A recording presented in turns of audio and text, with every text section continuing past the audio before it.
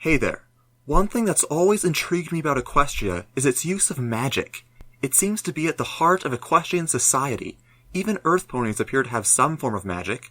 Ponies control the weather, can grow food fairly quickly, and of course there's unicorn magic, which seems to be very useful for them.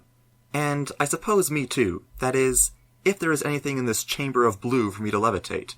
Oh well, I guess most unicorns have use for magic then. Whatever, so what I find especially cool to think about is harmony magic. By harmony magic, I mean the type of magic that is usually used to blast bad guys off with OP rainbows.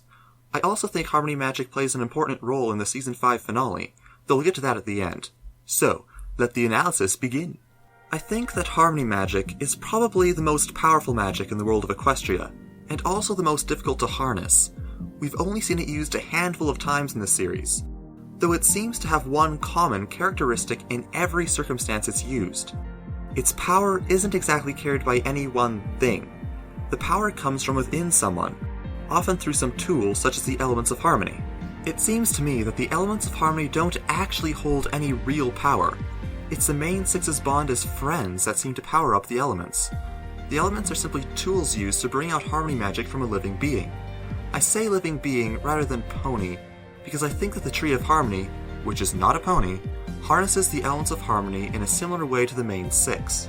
Also, the tree is alive and appears to have a soul that is able to preserve peace and harmony throughout Equestria, and probably the entire world. Whenever Equestria is in significant danger, the tree often provides some way for the nation to defend itself. Though, the tree itself apparently uses the elements to protect itself from forces like those shown in the Season 4 premiere. But then, I'm not entirely sure what the tree would do against someone like T-Rex. Would it be able to do an elemental rainbow blast like the ponies? Or is it only able to defend itself from more parasitic forces, like those weird plants? Maybe I'll discuss that some other time. Anyway, the main six with the elements of harmony shows the most obvious side to harmony magic. Yet, I don't believe it's the only way to use this type of power. A Canterlot Wedding shows us very well through true love. Yeah, that was sappy in a weird sort of way, but I think it gets the point across, so I'll roll with it. I'd say that the magic used to defeat Queen Chrysalis and the Changelings looked a lot like harmony magic. Sure, it didn't have all the rainbow blasts that come from the elements, it was more purple, but that would be because it's in a different form. It was Shining Armor and Cadence's love for each other that caused this explosion, similar to how the bond between the main six activates the elements. What I've always loved about this episode is that it shows how the elements of harmony are not actually needed to protect Equestria. I suppose rainbow power doesn't use the elements, but I put it in the same category. If a single couple can blow an army of changelings to who knows where, without any magical weapons, or even the strength to use their normal magic, I think Equestria would usually be able to find some way to survive an attack from evil forces, without direct intervention by the Tree of Harmony. I think that in the right circumstance, even the cakes would be able to do a gigantic magic blast of love. Hey, being sappy is fun. Actually though, I've seen it done way better. I should probably stop. So, if I say that the elements of harmony and technically the main six are not needed to defend Equestria, then you may ask why Equestria fell apart in the Season 5 finale. There will be a few spoilers now, so if you somehow haven't seen it yet, seriously, go watch it. It's awesome. I believe that the magic in the Tree of Harmony and the harmony magic inside ponies is closely related and is needed for the safety of Equestria, even if the main six aren't necessarily needed as element bearers.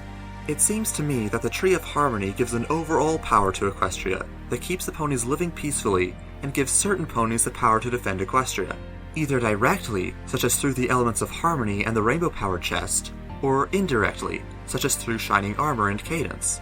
Without that power, dark forces would more easily be able to take control and put Equestria and the world into chaos. By the way, I don't necessarily mean discord. The Changeling invasion seemed pretty chaotic to me. So, what happened to Equestria's defenses in the Cutie remark? My theory is that when Starlight stopped Rainbow Dash from performing a sonic rainboom, the timeline that the Tree of Harmony had already grown upon was broken, so that its foundation crumbled and fell into different shards. I like to call this a time explosion. The reason that I believe why Twilight was set to so many different presents in the finale is because all those timelines are created at once through different shards of the Tree of Harmony's magic. In each reality, the map is a different color, which could represent a different portion of the tree's magic, since the map seems to be directly connected to the Tree of Harmony. Since no single timeline had a full serving of Harmony magic, no timeline could summon the power necessary to fend off dark forces. Also, since each timeline had a distinctly different portion of the tree's magic, it was always a different force that came to power in each timeline, rather than Nightmare Moon, Discord, King Sombra, and pretty much everyone else fighting over Equestria at the same time. Oh, that would be so awesome. There's gotta be a fanfic about that. I really should read more. So, what do you think happened to time in the Cutie Remark? I've also got some other ideas about Harmony magic that I'll talk about in my next video, so stay tuned for that. I'm Phoenix Gleam, and I'll talk to you later.